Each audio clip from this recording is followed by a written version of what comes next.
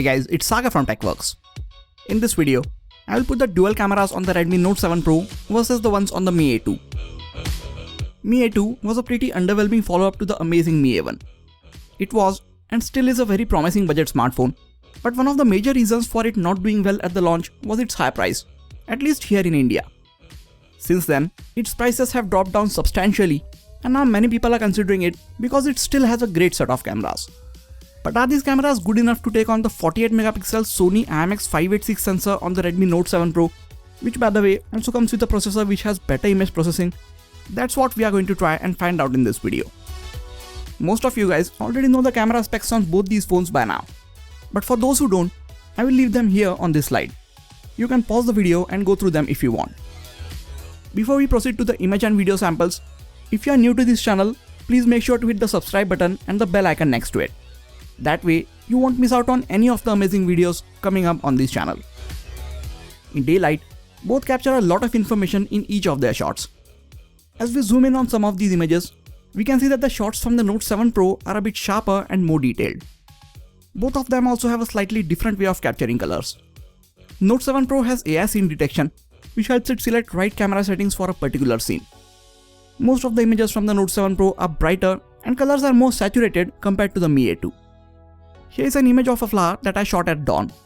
Actual color and light was just as we see in Mi A2's image, but the AI scene detection on the Note 7 Pro helped make its image look much better. I had both the phones on auto HDR while shooting all of my shots, and they do well to fire up the HDR mode in these situations. You can clearly tell that the Note 7 Pro shows a better dynamic range.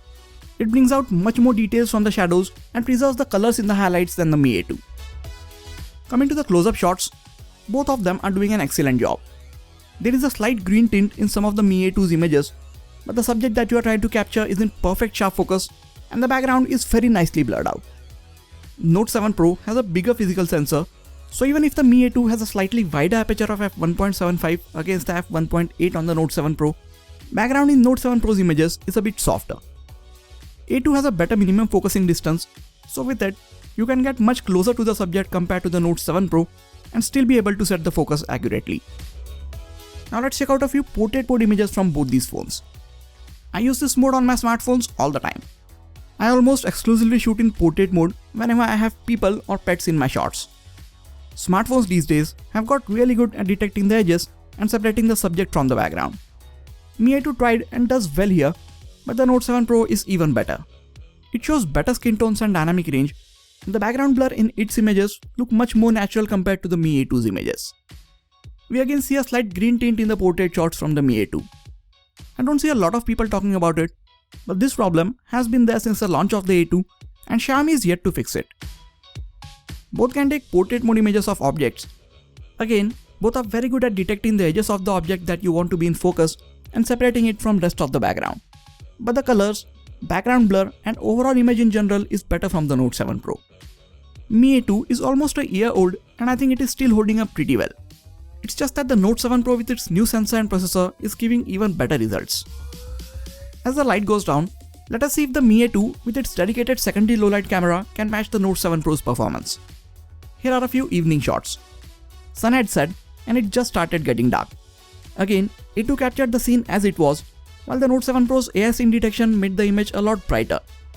As we zoom in, you can see the Note 7 Pro captures less noise and sharper images than the Mi A2. You can again see how sharp the image from the Note 7 Pro is. It also handles the colors and exposure from light better in these lighting situations. On the Mi A2, you can switch to the secondary lens which uses pixel binning resulting in lower noise and sharper images. Whereas on the Note 7 Pro, you get a full-on night mode which results in much better images. Here are more examples of A2's images shot with the secondary lens and the Note 7 Pro's night mode. Note 7 Pro's images turned out to be the better ones by a big margin. Look at how much more light it manages to capture. Its night mode images take only a second or so to capture, so you don't have to hold the phone very steady for a long time, which is one of the reasons why people don't like to use the night mode on other phones. That brings us to the front-facing cameras. Note 7 Pro's selfies show warmer colors and better looking skin tones, but Mi A2's selfies are sharper and more detailed. One of the few downsides of the Note 7 Pro is its front-facing camera. It delivers softer results compared to many of the recent budget smartphones. Both these phones can take portrait selfies, and since they don't have a secondary camera at the front, They use software to detect the edges and separate your face from the background. Here both are doing a decent job at best of accurately detecting the edges. In this case, Note 7 Pro's images look better because it offers better dynamic range and overall better looking colors. Here's a video from the front facing camera of the Mi A2 and the Redmi Note 7 Pro. You can see how both these phones are handling the overall colors of the scene, exposure and stabilization when I'm walking around with them. Both can shoot 4K 30fps unstabilized videos. These 4K videos are very saturated, but the Note 7 Pro seems to be handling the exposure a little better. It also drops a lot of frames here and there, and sometimes the video becomes really choppy.